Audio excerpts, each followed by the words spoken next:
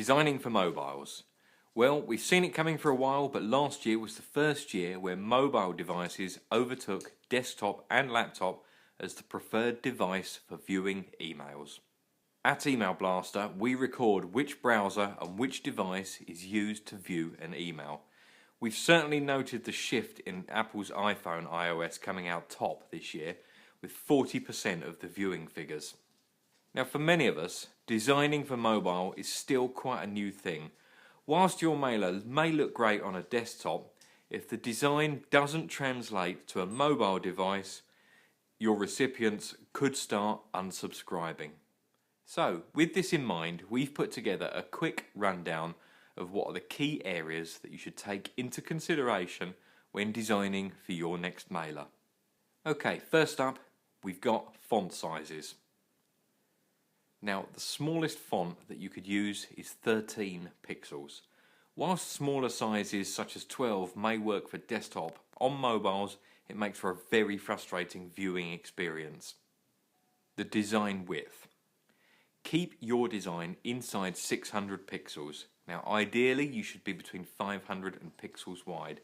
If your design is wider than this, then mobile viewers will have a horizontal scroll bar. It forces them to swipe sideways in order to view your message. CSS Media queries. Now, lots of email browsers now support the use of CSS Media queries. This will effectively mean that you can create a separate set of design rules and stylings for mobile devices. Now, this offers the perfect solution for satisfying both desktop and mobile at the same time. Unfortunately, it's not as easy as that though. It's worth remembering that CSS Media queries is a relatively new technology and some older email browsers don't yet support it. Single column layout. Now, the aim here is to really make the viewing experience quick and easy as is possible. If we are viewing emails on our mobiles, then we are most likely on the go and not giving our full attention to what we're looking at. It's therefore really important to use a layout that is simple and can be easily digested in a matter of seconds. Now, a single column layout is the best way to achieve this. Double columns can be confusing here. Use small paragraphs. Keep your sentences short and snappy.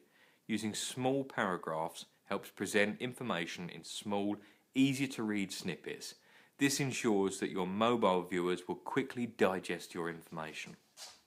Use large buttons with one simple call to action. Now, the purpose of your mailer is to prompt the viewer to do something. This is called your call to action. Now, on a mobile device, this should be as clear and easy to read as possible, ideally within 3 seconds of opening the mailer.